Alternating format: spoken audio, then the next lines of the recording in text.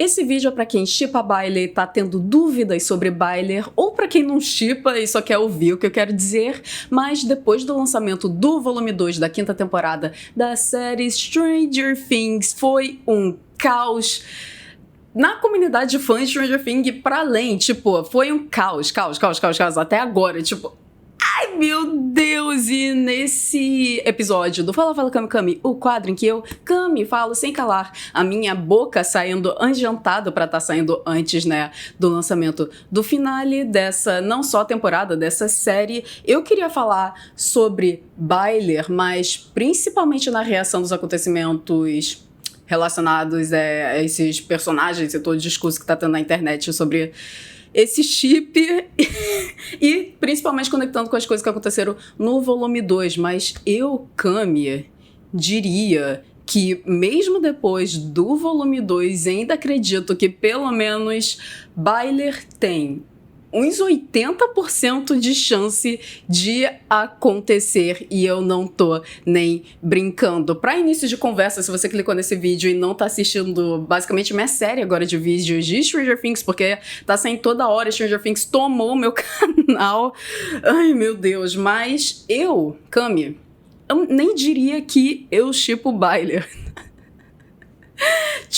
Se você começar a ver meus outros vídeos, eu falo como, eu não shippava Bailey, aí eu comecei a ficar um pouco assim, às vezes eu acho que vai virar canon, às vezes eu não acho, porque se me perguntar antes de tudo, né, antes de lançar a primeira temporada, eu tava dizendo que eu acreditava que o Mike, a Eleven e o Will, os três iam terminar solteiros, eles iam consertar a amizade deles, ia tirar toda, né, esse falta de comunicação, e todos iam terminar amigos, mais solteiros. Eleven ia acabar e Bailey, sinceramente, nem passava pela minha cabeça das primeiras vezes que eu assisti Stranger Things, o que é muito engraçado, porque o Will Byers é uma personagem favorito, mas eu odiava tanto o Mike, que nunca passou na minha cabeça a possibilidade desse personagem, gostar do Will de volta, não em relação à sexualidade ou o que for, mas só porque eu odiava tanto Eleven, que eu ficava eu não vou querer esse cara como meu personagem favorito. Mas depois de tantos vídeos de teoria, de eu consumir vídeos de teoria, tantos de Bailey, Eleven, de tudo,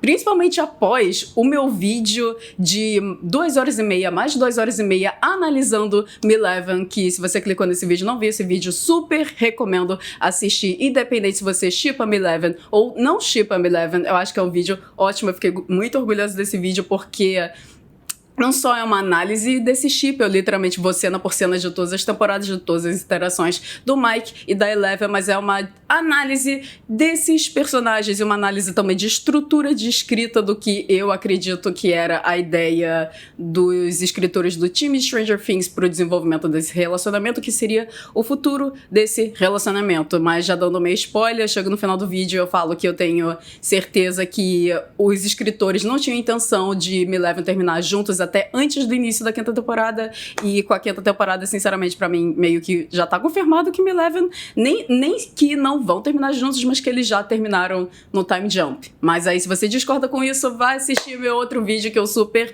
recomendo. Mas, com esse vídeo, eu acabei, né, fazendo algo que eu nunca tinha feito antes, que é fazer uma análise do personagem do Mike Wheeler. E mesmo fazendo essa análise através, né, do ponto de vista do relacionamento dele com a Eleven, com o desenvolvimento desse relacionamento dos dois, e eu, né, pulo propositalmente as cenas que ele tem com o Will pra focar 100%, né, nessa relação que no final do vídeo eu acabo chegando à conclusão que mesmo se for um mundo alternativo em que o Mike é um garoto hétero e que sente ou sentiu sentimentos românticos pela Eleven, eu acredito que eles terminaram, que se aconteceu um sentimento romântico que passou em algum momento, mas aí vocês vão ter que ver o vídeo pra ver. Mas eu comecei a entender mais o personagem do Mike Wheeler, porque se você viu meus outros vídeos, você já sabe, já falei um bizilhão de vezes que eu era hater número 1 do personagem do Mike, que eu não conseguia entender as coisas que passavam pela cabeça dele, e tudo que ele falava já tava de saco cheio, que ele me irritava muito. Até hoje me irrita um pouco, mas tudo bem. Então, aí, né, no Natal, cara, caótico, sai o volume 2 da 5ª temporada, e foi caos porque o volume 2 foi muito mal recebido. Eu acredito, mesmo para as pessoas que não estão, assim, muito inteiradas com fandom e redes sociais, essas coisas assim, até, tipo, em reportagens, né, até as avaliações, como é? Análises, não. Review, eu esqueci a palavra em português, socorro, eu tô tendo amnésia. Mas as notas que estão dando pros episódios está sendo bem mais baixa, tanto da média geral Stranger Things e bem mais baixa do volume 1. O que é algo engraçado, né? Porque uma queda, normalmente, tipo em séries, acontecem às vezes quedas de uma temporada pra outra, mudou o estilo, mudou o plot, as coisas acontecem normal. Quem é muito fã de série tá acostumado com essas coisas. Mas o volume 2 foi algo muito atípico, porque teve essa queda de qualidade no meio de uma temporada, ainda mais que o formato Stranger Things, que é uma história muito contínua, isso é muito estranho. E eu tinha falado que eu ia postar um vídeo da minha, tanto reação, opinião e o que eu achei do volume 2, mas eu acho que eu vou estar focando nesse Fala Kami Kami mais sobre as minhas opiniões sobre Baileya, porque eu acho que tem mais coisas interessantes pra falar, porque eu não tenho muita teoria para estar agregando nesse vídeo, já que uma das minhas maiores críticas desse volume é que, apesar de nós termos 3 horas, eu acho que 40, 50 minutos de episódio, muito tempo para 3 episódios, o plot, a narrativa dessa temporada não evoluiu quase nada. Eu acho que para além da revelação do Upside Down ser um buraco de minhoca e tá funcionando como uma conexão entre a dimensão X e Hawkins, que eu quase acertei no meu vídeo de teorias pro volume 2, mas eu não falo como literalmente um buraco de minhoca, porque sinceramente eu não sei nada de espaço, então até eles colocam, né, já a ideia de buraco de minhoca no volume 1, mas mesmo assim eu não conectei com o Upside Down, porque sinceramente eu não faço ideia do que é isso, mas eu falo, né, que o Upside Down funciona como uma conexão, literalmente, uma interseção, não é pra palavra que eu usei no vídeo especificamente, mas enfim, eu acertei a teoria, caramba. Mas de resto, teorias pro volume seguinte, assiste meu outro vídeo, porque sinceramente não aconteceu quase nada além dessa revelação e revelar também que a Holly está na dimensão X, ela não estava no Upside Down. Essa foi uma teoria que eu não pensei. É uma revelação que nem eu, pessoa mais maluca, que tá no fundo do poço das teorias, pensou. Essa parte foi legal.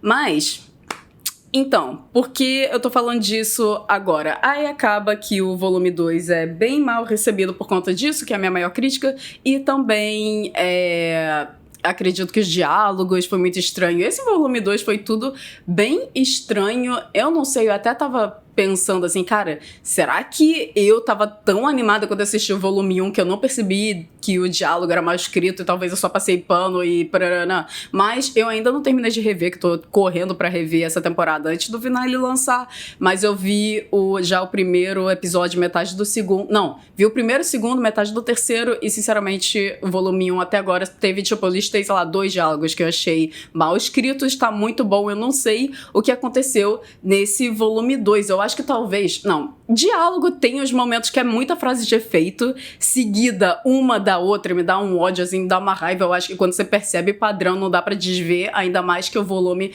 tem muitos monólogos ou conversa direta, né, só de um personagem com o outro pra fechar um arco, pra avançar, né, essas interconexões, interações entre personagens pra fechar essas histórias, mas no momento você percebe o padrão de escrita, te tira muito da história e eu acho que o ritmo ficou um pouco prejudicado por conta dessa minha maior crítica, né? Eles acabaram empurrando todos os momentos que vai assim, caraca, as reviravoltas, contar o passado do Vecna, as memórias, a batalha, tudo foi empurrado pro finale, o que eu acredito que eles acabaram fazendo isso com a intenção do finale funcionar como um filme que vai passar no cinema nos Estados Unidos e Canadá, eu acho. Então vai ser um negócio muito emocionante, ainda tô com expectativas altas pro finale, mas acabou que isso prejudicou o ritmo do volume 2, já que, por exemplo, se você assistir o meu vídeo teoria pro volume 2, eu tinha certeza absoluta que a história, o passado, nem do Vecna, né, do Henry Creel, já ia ser revelado no episódio 6, Escapando Camas Oz, eu acho que é esse o título em português, e não aconteceu, e isso foi muito bizarro, tirou muito ritmo da história, e apesar de eu gostar muito do plot da Holly, eu acho que que muita gente criticou, né, por ela ter muito tempo de tela em comparação com os outros personagens. Eu gosto muito do plot dela, mas já não fechar, acelerar essa história nesse volume 2 foi um pouco, assim, de perda de tempo e, sei lá, acabou que eu nem acho problemático a Holly já não ter escapado ainda, já imaginava que ela ia ficar presa até o final, mas a história desse passado do Harry poderia ter andado mais. Mas esse vídeo não é sobre isso. Se você quiser saber mais outras questões minhas com o volume 2, como por exemplo a minha reação sobre a Kali, a minha reação sobre todo o negócio que teve com a Karen, que, meu Deus, o que mais teve? Sobre Lumex, sobre as mortes de todos os chips, aparentemente, né? Porque depois eles fazerem uma cena extremamente romântica, Jancy, do Jonathan com a Nancy, e depois eu abri o Twitter e eles terem revelado que, na verdade, aquilo era uma cena de término. Então, Stancy morreu, óbvio, todo mundo já imaginava, mas Jancy morreu, bizarro. Milevin morreu. Se você quiser saber mais sobre isso, assiste meu vídeo sobre Milevin, que mesmo sem sair o volume 2, todas as minhas opiniões continuam, tá lá, tá tudo lá, super recomendo esse vídeo. E Byler, aí que tá. Porque se você tá nas redes sociais, toda a galera que chipa Byler ficou tipo, gente, não rolou Byler no volume 2, acabou. Byler morreu, oficialmente morto e enterrado junto com todos os outros os chips, com exceção de Lumex e Jopper. E Lumex carregando a cultura de chip de Stranger Things nas costas, né? Porque Jopper, eu adoro Jopper, mas eles fecharam o arco deles na temporada 4, então não tem muito o que acrescentar na história agora. Mas teve outras coisas que eu não gostei do volume 2, como por exemplo o reencontro da Eleven e com a Max, mas eu falo sobre tudo isso na live que eu fiz, a última live que tá, você só clicar na aba do meu canal e clicar na aba ao vivo que tá lá, porque eu senti que tudo que tinha pra falar já tá lá, então pra que eu tá repetindo isso num vídeo, eu acho que tem coisas mais importantes pra tá falando esse Fala Cami, então tá tudo lá se você quiser saber a minha opinião sobre o volume 2 e eu tô bem mais à flor da pele, hoje eu já pensei mais sobre... Enfim, eu estou me enrolando. Eu quero falar sobre Byler. já ficou claro. Mas todo mundo tava com essa ideia que Byler morreu porque todo mundo tinha certeza que ia acontecer no volume 2. E depois de não acontecer e também nós termos a cena em que o Will Byers se assume gay pra frente. Se assume gay não, né? Se assume que não gosta de meninas na frente de literalmente o elenco inteiro de Stranger Things, em que eles colocam no discurso do Will que o Mike, ele não fala diretamente que é o Mike, mas ele fala que o Mike era Temi dele. O que isso significa, se você não lembra, mas muito provavelmente eu acho que você lembra, mas eu vou explicar mesmo assim. Mas no discurso da Robin, enquanto no primeiro volume o Will e a Robin estão falando sobre, né, sua experiência de lidar com a sua sexualidade, autodescoberta, parará, mas a Robin explica que ela acabou criando um crush nessa menina chamada Temi Thompson, que é toda hora citada agora em Stranger Things. Eu acho muito engraçado que essa personagem, que só teve uma cena na 4ª temporada que botaram como uma piada, toda hora citada em qualquer discurso relacionado à homossexualidade nessa série. Mas a Robin teve um crush na Temi Thompson, mas acabou que ela não gostava dela, ela gostava do Steve e não era uma menina queer. E aí a Robin, ela teve que superar, né, esse crush, mas que a Temi foi importante pra ela ela passar por esse autodescobrimento e aceitação da sua sexualidade. Então, o Will diz no seu discurso, se assumindo pra todo o elenco de Stranger Things, que o Mike, ele não diz que é o Mike, mas quem tá assistindo sabe que é o Mike, que o Mike era a Temi dele, então, né, encaixando o discurso da Robin, que seria... ele tinha o crush no amigo dele, no Mike, mas ele sabe que o Mike não vai gostar dele de volta e ele tem que superar isso e seguir em frente, mas independente, o Mike seria importante para sua trajetória de aceitação. Mas vamos dar uma pausa aqui, porque com esse discurso muita gente ficou tipo, é isso, gente, Byler enterrado, o Will já superou o Mike, aí falam que como isso é mal escrito porque ninguém supera, né, que o Will não tem um crush no Mike, ele é apaixonado desde sei lá quando pelo Mike, é algo assim bem fundo do poço mesmo, e muita gente criticou essa parte do discurso, na verdade o povo criticou a cena inteira de aceitação do Will, que eu já vou, antes de eu continuar a parte de Byler, já vou encaixar aqui a minha opinião. Se vocês quiserem ver minha opinião à flor da pele, vejam o VOD da minha live, que foi muito engraçado, mas agora que eu pensei mais sobre, eu entendo um pouco mais a cena pensando no contexto do que tá acontecendo na série, né? Porque o Vecna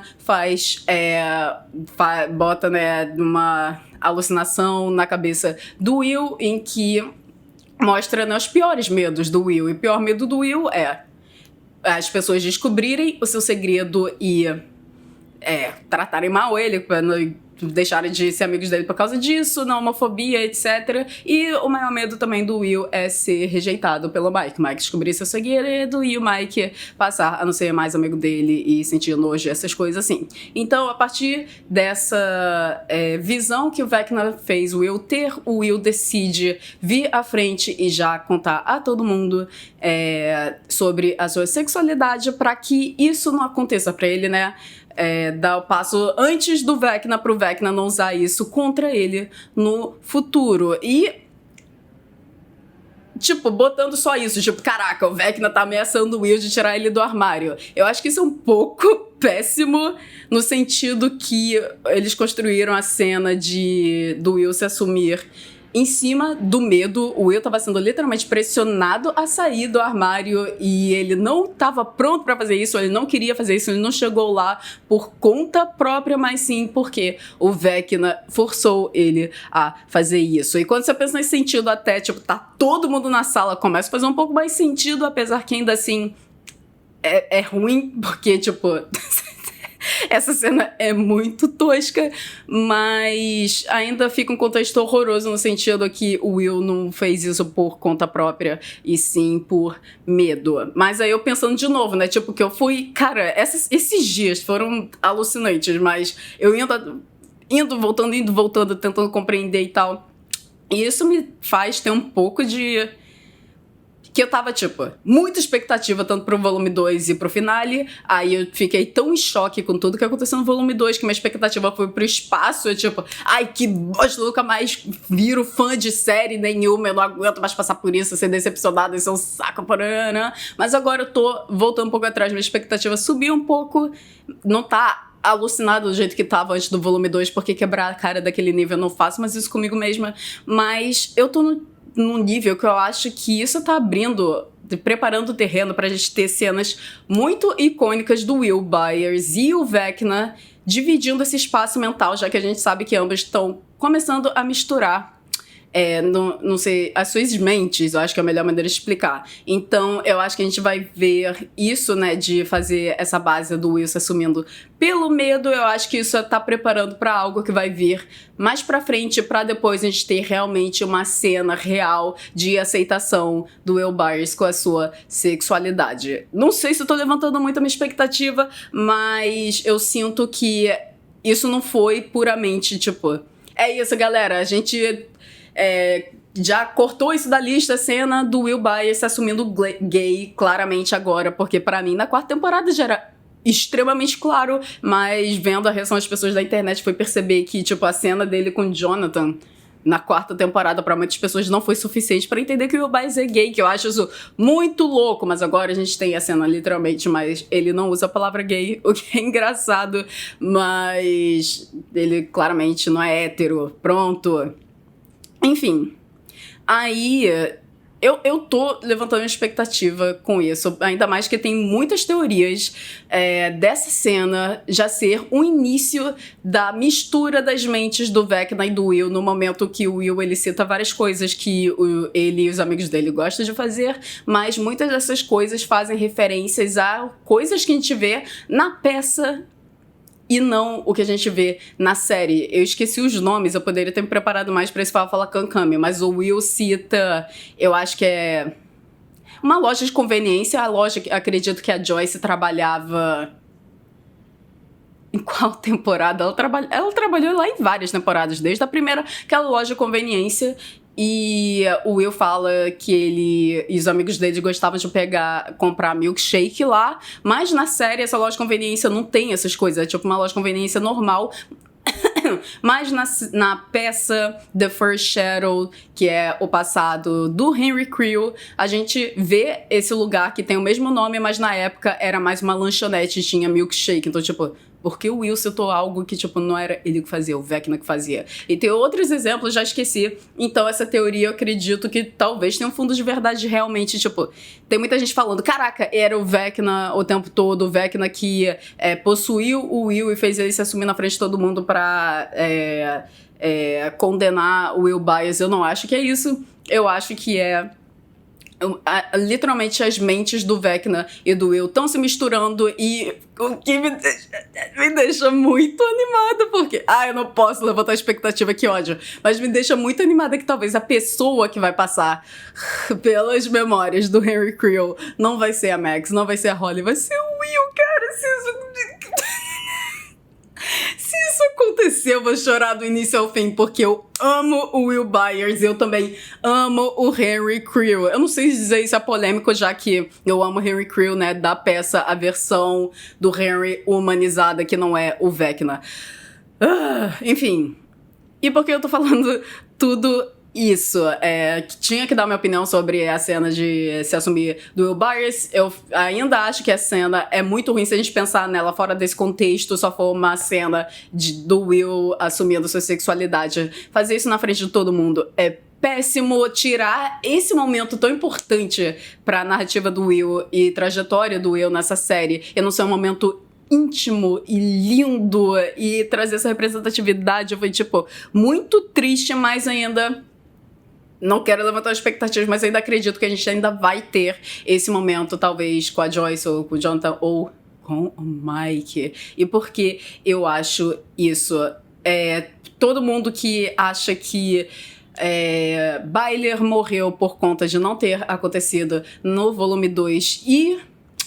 o Will utilizar esse discurso do Mike ser a Temi dele, eu acho que isso é só os Duffers preparando pra realmente trazer um plot twist e, na verdade, Byler acontecer e revelar que o Mike tem sim sentimentos românticos pelo Will Byers. E se eu tiver certa, vai ser um momento bizarro, porque realmente até as pessoas que tinham as teorias mais, assim, bem montadas de Byler começaram a postar no TikTok ficando desacreditados que realmente enterraram Byler, não vai acontecer, que absurdo, paranã. E eu acho que era exatamente o que os Duffers queriam, porque eles estão há muito tempo falando que vai ter um mega plot twist, as pessoas não acertaram ainda o que aconteceu e vai surpreender todo mundo e sei lá o que. E, tipo, falando, né, nas entrevistas que o Mike teria muitas cenas, ia carregar o lado emocional dessa temporada, e até agora a gente não viu nada disso. Eu acredito que vai estar no volume 2. Pontos que eu vou trazer pra vocês pra explicar a minha teoria e eu não parecer uma fã maluca teorizando, sendo que, gente, eu nem shippo tanto Byler, porque apesar de eu começar a gostar bem mais do Mike depois das minhas múltiplas análises de Stranger Things, eu ainda tenho um pé atrás e, sinceramente, preferia ver o Will.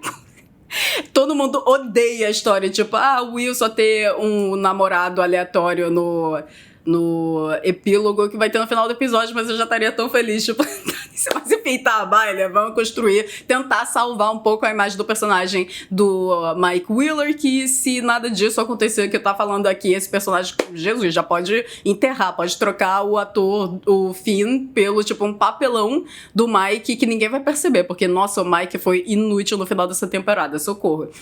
No final desse volume, pelo menos. Mas, primeiro ponto, que abastece a minha teoria de Byler realmente acontecer. Que até agora eu acho isso uma loucura, mas até agora nós não temos o ponto de vista do Mike Wheeler. Se você ver o meu vídeo de teorias do volume 2, até tá literalmente na capa do vídeo, tá na thumbnail. A minha maior teoria seria que eles iriam revelar o que está passando na cabeça do Mike. Nós teríamos flashbacks de momentos de outras temporadas, mas agora com a perspectiva do Mike, e a gente ia saber o que realmente estava acontecendo na cabeça dele, tanto se fosse pra Eleven, mas eu acho muito provável, ou quanto pra Byler. E cara, não terem revelado isso no volume 2 eu acho uma loucura, porque eu fazendo a minha análise de Eleven, ficou ainda pra mim muito mais claro a maneira em que os escritores, propositalmente, e se eu fosse chutar, estariam fazendo isso desde a terceira temporada de uma maneira consciente, mas tem momentos até na primeira temporada em que eles ocultam o ponto de vista do Mike em cenas que ele tá presente. Eu acho isso muito estranho. Eu não vou falar que, tipo, nossa, é um plano deles desde a primeira temporada, mas a partir da terceira parece algo realmente consciente que já tá sendo estruturado pra algum momento eles ocultarem, tipo, propositalmente estavam estarem ocultando o que passa na cabeça do Mike. A gente vê cenas do Mike através das perspectivas de outros personagens, que é sempre a Eleven ou o Will, pra revelar um plot twist no final da série. Fico surpresa desse plot twist ser uma revelação literalmente no último episódio, mas eu tenho certeza que isso vai acontecer.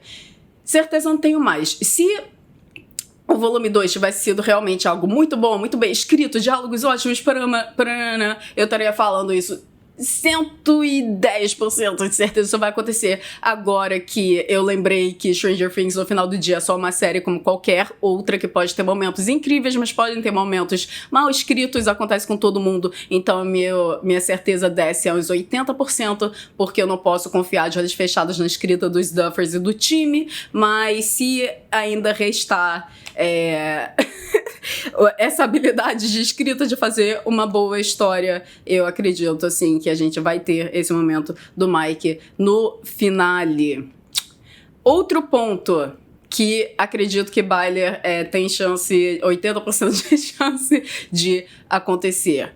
Esse discurso do Will, lembrando, ele foi baseado através do medo. A gente foi ocultado dessa visão que o Vecna fez o Will ver. E eu acho que a gente vai ver isso, porque eu achei muito estranho, porque algo que os Duffers e Stranger Things é muito incomum, no momento que é pra ter uma cena dramática, a gente viu muito, né, na quarta temporada, dessas visões do Vecna, a gente sempre vê, com todos os adolescentes que foram mortos pelo Vecna, a gente viu, a gente esteve constantemente presentes na cabeça da Max, vendo qual era o processo, né, de ser uma vítima do Vecna, mas a Max estando numa situação mais complicada ainda, e até em uma visão que era pra preparar a próxima temporada, que é a visão da Nancy, até a visão da Nancy, que era uma previsão do futuro, que ele faz muito isso, né, tentar simular a partir dos seus medos, criar como se fosse, tô vendo o futuro, mas gente, a gente sabe que o Vecna não consegue ver o futuro, ele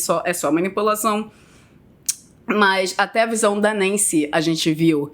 Por que eles ocultaram a visão do Will, que tá sendo um dos personagens centrais nessa temporada? Apesar que no volume 2 ele acabou ficando um pouco mais de fundo, que ele ficou um tempo apagado. Eu achei isso muito estranho e eu acredito que a gente vai ver essa visão no finale pra recontextualizar ela, recontextualizar o discurso do Will, pra mostrar que isso, apesar de ter sido, sim, uma cena dele se assumindo, mas foi uma cena muito forçada, uma cena que aconteceu a partir de medo, e a gente vai ter realmente o momento dele conversando com as pessoas que ama, que eu acredito que vai ser uma cena com o Mike. E vai ser bizarro. Terceiro ponto que eu acredito que Byler tem 80% de chance de acontecer no finale. Até agora, eu não acredito, eu tô até suando. Tô suando de calor, que eu não liguei o ar, mas eu tô suando de nervoso. Eu não pensei que eu ia ficar nervosa nesse fala Kami, mas eu tô nervosa. Jesus, não sei falar. Até agora, a gente tá literalmente no último episódio dessa série. A série vai acabar. Não. Eles não resolveram a questão da pintura da quarta temporada. Isso tá me deixando maluca. Eu vou começar, meu cabelo vai cair de estresse. Essa pintura teve tanto foco na quarta temporada, do primeiro episódio até o último episódio, e eles não fecharem isso, é bizarro. É claro que desde a quarta temporada eles já tinham uma ideia de como ia resolver essa questão do Will, a pintura, dessa falta, quebra de comunicação com o Mike, do Will acabar mentindo e falar que quem encomendou a pintura foi a Eleven, e do Mike acreditar e não entender em momento nenhum que as coisas que o Will falou, na verdade, o Will tava falando dele mesmo, e não da Eleven. E agora a gente vai começar a fechar essa história porque o Will se assumiu que não gosta de meninas e postaram no Twitter que os Duffers confirmaram que o Mike entendeu que o Will tava falando dele, tipo, o Will tinha crush no Mike e o Mike entendeu isso, mas aí depois eu vi outra entrevista que aparentemente não, eu não sei se vai ter uma iniciativa do Mike de falar da pintura, porque agora ele tem um novo contexto sobre isso ou não, se ele já entendeu que o Will tava falando dele ou não,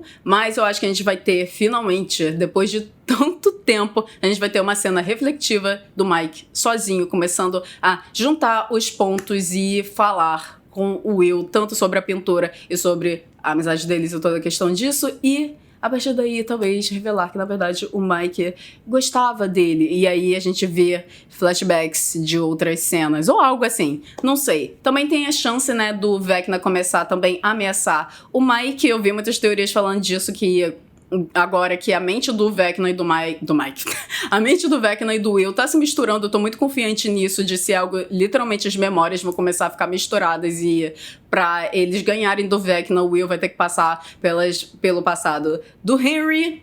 Se isso acontecer vai ser muito bom, porque eu já tava feliz, tipo, cara, legal, a Holly, a Max fazerem isso, mas o Will fazendo é tão melhor, ainda mais que o personagem do Henry Creel e do Will Byers, eles são paralelos, em que são crianças diferentes, crianças que não se encaixam, que acabam por conta de contato com o Mind Flayer, criando poderes. Com o Will isso aconteceu mais tardiamente, mas, enfim, são paralelos, querendo ou não, e a gente...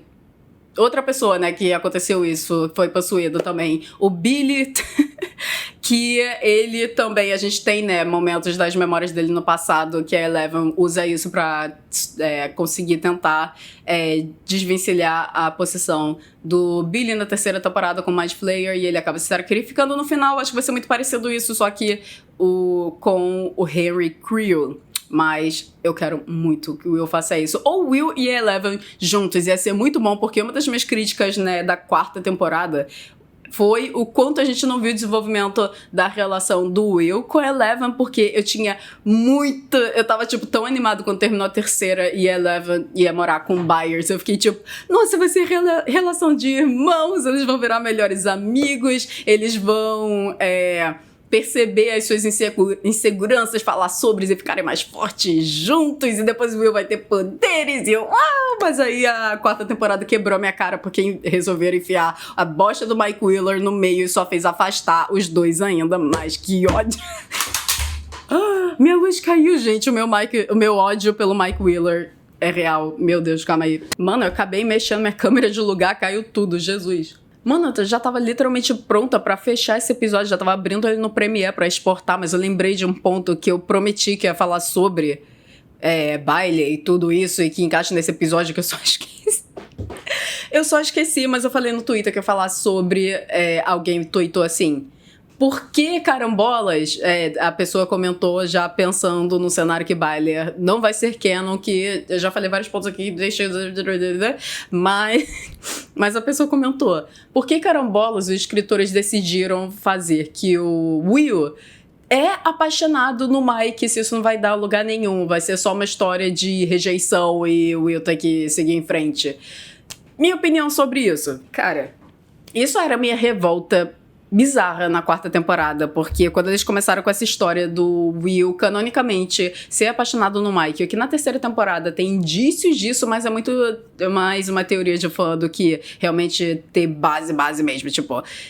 Poderia ser, poderia não ser, mas aí na quarta temporada eles deixam bem isso, obviamente, explícito com toda a história da pintura. Isso me deixava maluca, tanto, né, o que eu já falei, que acabou estragando no que eu pensei que ia acontecer na quarta temporada, que é fortalecer a amizade do Will e da Eleven, mas aí eles enfiam o Mike no meio, mas também cria essa história que eu assisto da 4ª temporada, não passava na minha cabeça Byler e toda essa questão de ter uma possibilidade desse chip ser canon, mas eu ficava revoltada porque o personagem do Will Byers é um personagem que sofre do início ao fim. A gente só vê esse personagem em contextos tanto de trauma ou pós-trauma, tendo que lidar com esses traumas e sofrendo. É o personagem que mais, não sei, né? Muita gente sofre, mas o Will Byers está constantemente sofrendo, porque todos os plots que envolvem o sobrenatural envolvem o sofrimento do Will Byers, basicamente. E aí, quando o Will Byers se torna canonicamente um personagem gay, um personagem queer, o que for, fica esse negócio, tipo, escroto de, tá, nós vamos fazer o nosso personagem queer sofrer do início ao fim, e é uma fórmula de narrativa que eu acho que até, tipo, acontece múltiplas vezes em mídias que querem retratar personagens queers, mas por conta da nossa sociedade que a gente vive, eles sempre retratam histórias ou infelizes ou de sofrimento que, se for pra ter representatividade, uma representatividade que mostra a pessoa sofrendo na história do início ao fim, ou no final, nunca tem final feliz, essas coisas. Tem um nome dessa trope, esse negócio, mas eu não lembro. Sofrimento gay, sei lá, dane-se. Aí, Stranger Things, que é pra ser uma série de pessoas, os que não se encaixam, os excluídos, os que sofrem preconceitos e coisas e o que for, e a gente já tem um personagem queer que teve um desenvolvimento bem legal. Uma pena que foi um desenvolvimento, né, fora de câmera, o desenvolvimento da Robin com a Vicky, mas a gente já tem esse momento de representatividade porque carambolas fazer o Will Byers não só sofrer com a sua experiência com o sobrenatural da série, mas também sofrer com a sua experiência queer em ter essa paixão pelo Mike e ser rejeitado no final da história. Por que fazer esse personagem que já sofreu tanto sofrer de novo por isso e ter que criar essa história queer que você só tem que superar e seguir em frente e dane-se. E eu ficava revoltada com isso, porque eu não entendo a escolha dos escritores decidirem fazer o Will passar por essa rejeição, porque as pessoas, muita gente que não tá acostumado em tanto avaliar a escrita e análise, essas coisas assim, tratam personagens de série como se eles fossem pessoas reais e não questionam muito, mas não, são personagens. Will Byers, infelizmente, não existe, meu filho, mas escritores decidiram escrever essa história. Eles podiam simplesmente não fazer. Eu acho que o processo de aceitação do Will, toda essa evolução do seu personagem seria escrito de uma maneira linda e já seria mais que o suficiente essa história do Will ter medo, né, de não ser aceito pelos seus amigos e não saber como lidar com esse segredo sobre a sua sexualidade, como trazer isso à frente, como se assumir, como conversar com as pessoas que ele ama, esse medo todo. Eu acho que dava pra fazer uma construção de história ótima em um universo em que o Will Byers não se apaixona pelo Mike, ele não tem uma crush, uma paixão pelo seu melhor amigo, mas escrever uma história do Will ter medo de se assumir e depois fazer uma cena dele se assumindo pro Mike, e o Mike obviamente mostrar pro Will, contar que o amor deles, a amizade dele é mais forte que tudo, ele aceita o Will, isso nunca quebraria o vínculo deles, e ter um momento lindo de ela e do Mike Wheeler e fazer uma cena super emocionante, dramática. Eu acho que já dava pra construir a história do Will com base disso, e depois se quiser dar o namorado pro Will, tanto faz pra mim, sei lá, cara. Mas foi uma escolha dos escritores quererem que o Will canonicamente tivesse uma paixão pelo Mike, em que não importa o que for, né, tipo, é claro, não é uma crushzinha de escola, é algo profundo que vem de muito tempo, não é uma crush, é uma paixão. Por que fazer isso só pro Mike rejeitar ele no final? O que isso agrega na história de evolução, de desenvolvimento do personagem do Will? A única maneira que eu vejo uma rejeição fazer sentido no plot é se o Will virar do mal no final, ele trabalhar junto com o Vecna, e, tipo, ambos, o Will ser totalmente corrompido e virar do mal, mas aonde que isso faria sentido na história, ainda mais que um dos paralelos também do Vecna, do Henry Creel com o Will Byers, é que o Henry vem de uma família, não só ele não é aceito, né, no círculo deles, eu acho que eu não deixei isso claro quando eu falei disso, mas o Henry é uma criança excluída por ele ser neurodivergente, eu acho que não. Eu acho que eles nunca deixam claro exatamente o que o Harry tem. Eu sempre, quando eu ver a peça, eu acredito que seja autismo, mas não sei. Mas ele é neurodivergente. E o Will é uma criança excluída por conta da sua sexualidade, ou pelo menos ser já marcado como uma criança gay. E mesmo antes mesmo, né, dele saber, né, sobre a sua sexualidade. Enfim, e um dos paralelos mais importantes da diferença do Henry Creel e do Will Byers é que Henry Creel vem de uma família que não tem esse amor incondicional. A história dele com a mãe dele é muito triste na peça. A mãe dele tem muito medo dele e tenta, tipo, isolar o Henry pro Henry não machucar outras pessoas, mesmo spoiler da peça. Mas isso quebra muito o coração do Henry, enquanto o Will Byers vem de uma família com amor incondicional. Ele tem esse apoio emocional tanto da sua família quanto dos seus amigos. E essa seria a grande diferença do porquê o Henry acaba sendo corrompido pelo Mind Flayer, enquanto o Will Byers conseguiria não só se libertar, mas provavelmente salvar o mundo, ou ajudar a salvar o mundo através do amor, porque a Eleven também, eu acho que vai ter um arco parecido com isso, tipo, ela não cair nos papinhos da Kali. Eu acho que a Kali tá mentindo do início ao fim. Se vocês quiserem saber mais as minhas opiniões sobre a Kali, vejam a gravação da live que eu fiz. E no cenário, tipo, aonde encaixar essa história do Will ser rejeitado pelo Mike e onde isso agrega, né, pro desenvolvimento do plot de Sobrenatural, né, que acaba que a história do Will Byers de aceitação tá totalmente intrínseca com a história do Sobrenatural. Onde se encaixa, pra mim, não encaixa em lugar nenhum. Por isso que eu acho que o único motivo dos escritores quererem inventarem já desde a 4ª temporada de tornar canônico que o Will tem essa paixão pelo Mike é porque eles tinham uma ideia para um plano maior, que eu acredito que Byler vai se tornar canon.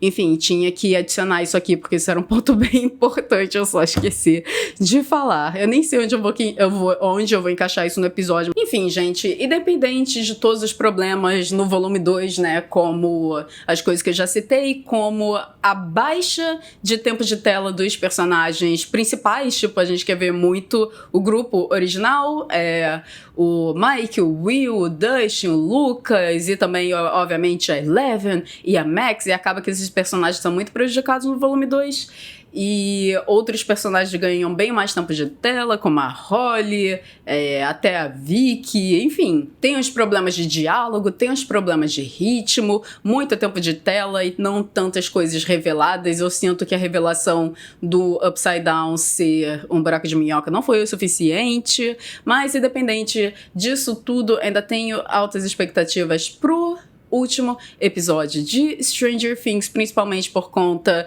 da história do Vecna, do Henry Creel, que eu acredito que, independente de Byler ou o que for, eu acredito que isso vai ser muito bom se realmente acontecer através do Will. Vai ser incrível se acontecer, a gente revelar essas memórias através do Will, e a Eleven ia ser mais incrível ainda, porque eu ia adorar mais cena desses dois. Mas tem uma entrevista que eles falam que eles reclamam, né, que eles têm poucas cenas juntos, então talvez na 5ª temporada isso continua, não sei.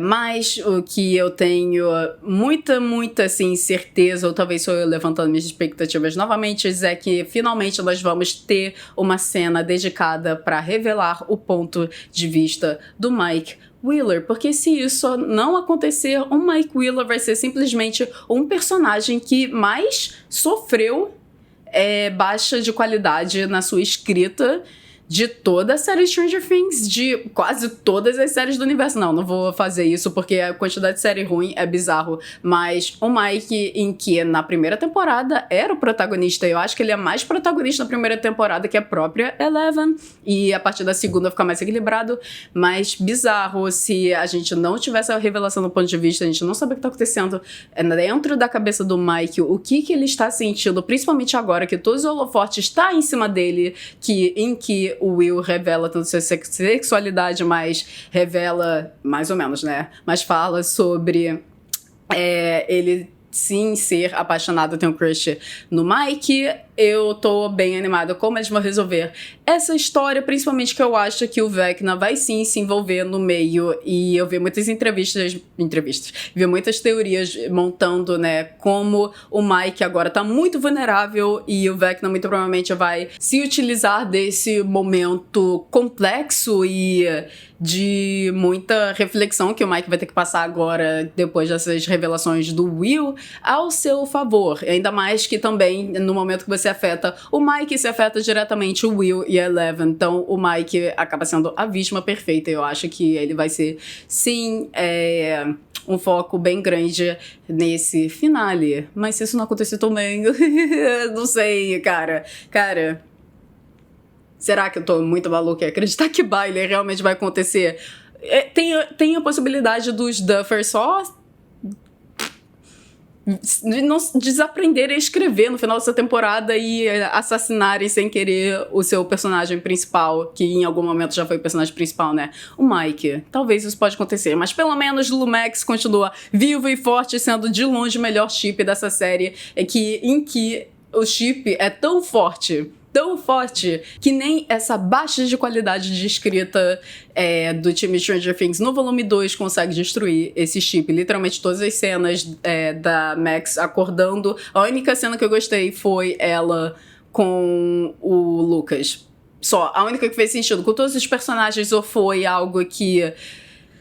Literalmente a Max ficou em coma por quase 2 anos e muita gente cagou. E personagens que, tipo, eu sinto que, obviamente, vai ter um momento fofo. Foi estranho, tipo, o Will e a Max agindo como se eles fossem melhores amigos. Eu tenho quase certeza que eles nunca falam só os dois na 3ª temporada. Eles estão, tipo, no grupão, todo mundo conversando junto, mas uma conversa direta dos dois eu acho que não tem. Então eles estarem agindo como se fossem bem FFs foi bem estranho. E isso que me dá... Foi esse ponto específico que me fez até acreditar um pouco mais na galera que tá construindo o documento pra revelarem o corte completo do volume 2 de Stranger Things. Pra quem não sabe o que tá acontecendo, o Twitter surtou e estão criando um documento pra tentar provar que muitas cenas, o povo falou, tipo, estimando que mais ou menos 2 horas de conteúdo foi cortada do volume 2 por culpa da Netflix ou sei lá o que, e eles estão tentando primeiro montar, né, as cenas que foram cortadas baseadas em por trás das câmeras, cenários, coisas que era pra ter aparecido no volume 2 e que não apareceu, e também baseado em entrevistas e o que for, e falam que tem gente da produção que tá soltando coisa, nunca vamos saber se isso é real ou é mentira, sei lá, né, mas se vocês quiserem um vídeo sobre isso, deixem nos comentários quem, né, assistiu até aqui, que eu devo fazer, mas acabou que amanhã, né, já vai estar saindo o finale, então se eu fizer esse vídeo, vai ser depois do finale, que vai ser até bom pra eu comparar se talvez cenas que eles estão tentando encaixar deixaram pro finale, ou talvez tentar montar essa lógica, analisar já vendo a temporada por completo. Mas deixem nos comentários se vocês gostariam de ver isso ou não, e deixem nos comentários também se vocês acreditam que Byler tem chance. Talvez eu sou a única maluca que, além de tudo que eu falei, que já são pontos muito relevantes, mas tem muitos pontos aí, a teoria visual de Byler que são bizarros, e pra mim o mais bizarro foi nessa temporada foi do quebra-cabeça, que aparece em uma cena o Mike, ele vê ele vê o livro da Holly, e na mesa que tá o livro da Holly tem o quebra-cabeça, que é literalmente quebra-cabeça de ursinhos carinhosos, mas tem 2 ursinhos carinhosos nesse quebra-cabeça, só eles e uma menina, personagem, não sei. Mas tem esses 2 ursinhos carinhosos que são os mesmos ursinhos carinhosos do Will e do Mike, na parceria que os ursinhos carinhosos fizeram com Stranger Things, que eles lançaram vários ursinhos, só que representando 2 personagens de Stranger Things, e é um quebra-cabeça do ursinho do Mike e do ursinho do Will. Muito estranho, isso é só um detalhe, eu vou botar, eu acho que no final desse Fala Kami Kami, quem estiver escutando só áudio vai ser muito estranho, mas tem literalmente uma edit, sei lá, vídeo de teoria, montagem no TikTok dessas paralelos colocados nessa temporada, nem coisa das temporadas antigas, dessa temporada, que é muita coincidência se isso não for relacionado a Byler. E literalmente o Lucas diz nesse volume que ele não acredita em coincidências, e Lucas, eu também não, por isso que eu acho que Byler ainda tem grandes chances de acontecer. Eu tô falando literalmente 80%, gente, é alto, tá? Obviamente tem chance de não acontecer, mas enfim.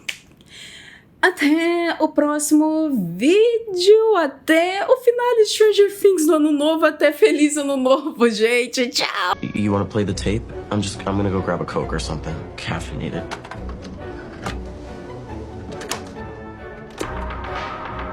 Let's exchange the experience.